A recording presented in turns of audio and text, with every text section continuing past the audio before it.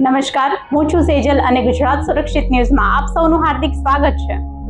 ગુજરાતમાં ચોમાસાની શરૂઆત તો થઈ ગઈ છે, પણ આ શરૂઆત ખુશીઓ નહીં પણ અનેક મુશ્કેલીઓ લઈને આવી છે।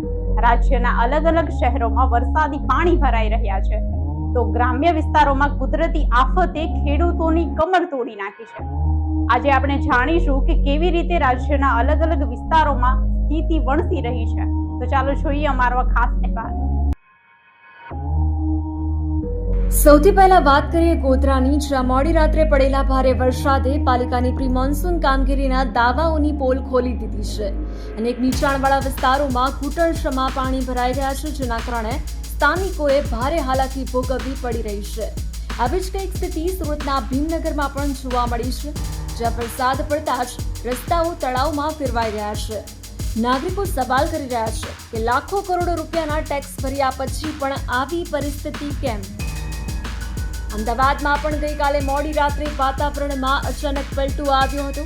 ભારે પવન, વીજળીના કડાકા અને ગાજવીજ સાથે ધોધમાર વરસાદ પડ્યો હતો, પણ આ આફત સૌથી વધુ ભારે પડી છે છોટાઉદેપુરના બોડેલીના ખેડૂતો પર।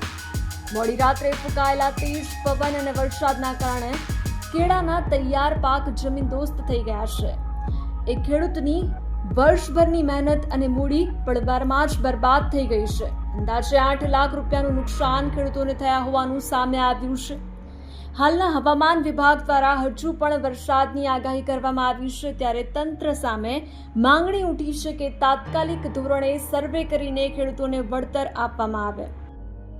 અને આ કેળનો પાક એક વર્ષે આની પાક થાય છે અને આ પાકમાં અઢળક ખર્ચો કરેલો છે અને હવે અમારે પાક કાપવાની તૈયારીમાં છે અને વાવાઝોડું અચાનક આવવાથી અમારા ખેતીને ખૂબ જ નુકસાન થયેલ છે, જેથી અમને સરકાર તરફથી યોગ્ય વળતર મળવું જોઈએ।